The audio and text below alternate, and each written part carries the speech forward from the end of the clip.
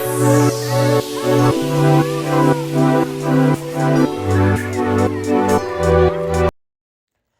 up, YouTube? I'm just stating my opinion. It's not all facts, alleged. So, like, comment, subscribe. Tell me your thoughts. I'm open. What's up, YouTube? This your girl, DarkSkinNyeisha, back at it again. So today, my topic of discussion will be to honor the Black Abolitionist women. It was a whole bunch of women that paved the way before us, guys. A whole bunch of Black women, strong women, just like you and me. I want to give them some shine today because it's Women's History Month. And before we go out this month, I just want to show you a little bit about our Black women, okay? The strength beyond numbers, okay? The people that paved the way. So, it's been 102 years since the ratification of the 19th Amendment, which promises all American women suffrage or the right to vote. However, we can't dismiss how high-profile leaders of this movement, primarily white women, deterred the inclusion of all women. Their agendas saw equality with their white husbands and lacked any real efforts to achieve the same equality across racial boundaries. The suffrage struggle to white supremacy and selling out the interests of African American women when it became politically expedient to do so. This betrayal of trust opened a rift between Black and white feminists that persists to this day. Do anybody knows about the 19th Amendment? It is Women's History Month, okay? So I need you to do your research, people, because I did mine. And that's why I want to talk to you guys about strong Black women abolitionists, okay? Because it's Women's History Month. So we all know of Rosa Parks, Harriet Tubman, Angela Davis, all pillars and icons of the civil rights movement. Their tireless efforts to move forward equality for Black Americans should have been widely known and celebrated. But they are not alone in the fight for equality for Black Americans. So let's focus on a few other influential Black leaders in our community who helped us be where we are today. Hey, these are some of the ancestors, guys. These are some. Dorothy Height. Dorothy Height is considered the godmother of the civil rights movement, okay? She considered the godmother. You hear me? Better go ahead, Miss Dorothy. Dorothy is considered the godmother of the civil rights movement. She was one of the people who coordinated the 1963 March on Washington at 25. She joined the ranks of the National Council of Negro Women. Say it with your chest. Queen. By 1957, she was named president, holding a position for 40 years, 4 decades of incredible leadership at the NCNW is an amazing accomplishment for any individual. But her legacy doesn't stop here. She served as counsel to the First Lady Eleanor Roosevelt, served as a consultant on African affairs to the Secretary of State, the President's Committees on Employment of the Handicapped, Mrs. Dorothy Height, at the age of 25, okay? You know why? Because that's all they had back in them days. They didn't have nothing but, they had no other choice. They had to learn to figure out how to get the fuck out this shit, okay? And that's the problem with us. We don't want to try to figure out how to get out this shit. We want to keep putting people in the shit and pulling people in the shit. And by the time you keep pulling people, you're in the shit. Girl, DarkSkinNyeisha had a moment. Back into it. Ella Baker was instrumental in planning the Student Nonviolent Coordinating Committees, SNCC, founding conference at Shaw University in Raleigh, North Carolina. She brought Martin Luther King Jr. into the fold by encouraging him to invest in the forum. This organization would serve as a channel for young people to focus on supporting the civil rights movement here in America.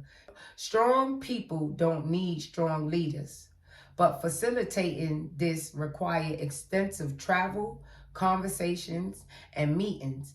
It was Baker who, first as an NAACP field secretary and later as its director of branches, spent the 1940s traveling from town to town to town, encouraging Black people to join together, insisting that they were deserving of basic human rights. You hear me? She went around town, okay? She wasn't pulling up on people, trying to hurt people or scam people or rob people. She was pulling up on people like, yo, y'all come on. These people ain't doing us right. If we link up together, you know what I'm saying? We might could make some noise in this world, because they up there and we here. We all in the same boat. Stupid. That's why we trying to link together so we can move up a little bit. All right? So that was Ella Barker. So that was 2 so far. So far we got 2 powerful Black women. Okay? And then we got Mary Church Terrell, one of the first Black American women to earn a college degree. That's truly amazing. Mary Church Terrell was known across the nation as a strong civil rights and suffrage activist. A friend to Ida B. Wells Barnett. Ida Barnett, that's another powerful woman, because a founder member of the NAACP. Terrell worked on anti-lynching campaigns.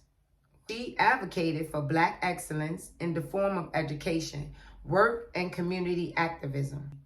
Her words, "Lifting as we climb," became the motto of the National Association of Colored Women. That's what I'm trying to do, guys. Trying to lift y'all up with me as I go. Yep.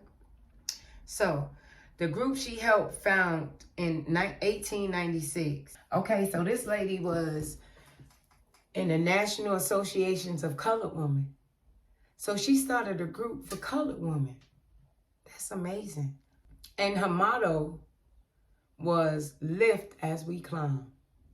There are so many fierce women to celebrate in the pursuit of equality for Black Americans. We should spend the whole month, heck, the whole year, talking about all these amazing women and still have more stories to tell and celebrate. Black women were the backdrop to the civil rights movement, but gained less attention than the men of the era. As owners of our history, Black Americans need to honor and pass on their stories and contributions to the movement. But not only us, America needs to learn and treasure these history makers, because Black history is America history. You heard me? I know I get in my feelings. But anyway, back on topic. Let's cherish the great legacy of the Black Abolitionist Women League and breathe new life into their legacy. Their outstanding courage, dedication, and unbroken spirit made it possible for us to proudly rebuild generational wealth in our community. Okay, so once again, I want to show y'all, I just want to give out the names and stuff one more time. So we have Harriet Tubman, Rosa Parks, Angela Davis. We have Dorothy Heights. We have Ella Barker. We have Mary Church Terrell. We have Ida Barnett. Boy, I tell you, the woman that paved the way for me and you. We have to salute. And we can't forget where we came from, guys. Y'all forgot to respect y'all elders. Half of you don't even know who the woman I spoke about. The few women I spoke about. Y'all got to research. It's some powerful Black women that paved the way for us. And that's why I got to get out here and tell y'all. Because I'm a powerful Black woman. Look at the shirt. Melanin is popping. This Black is popping, it's rocking, it's popping. And see, the whole thing is this, guys. I used to use my body, I did. I promise I used to be a dancer. But I'm not using that no more. I'm using my mind. So, y'all stay tuned. DarkSkinNyeisha is coming through, and she got her ancestors with her too. So, Ashe, Ashe, may my ancestors pave the way. Hey, Ashe, Ashe, may my ancestors pave the way. Salute to all the kings and queens, man, on the come up. Do not give up. Do not give up.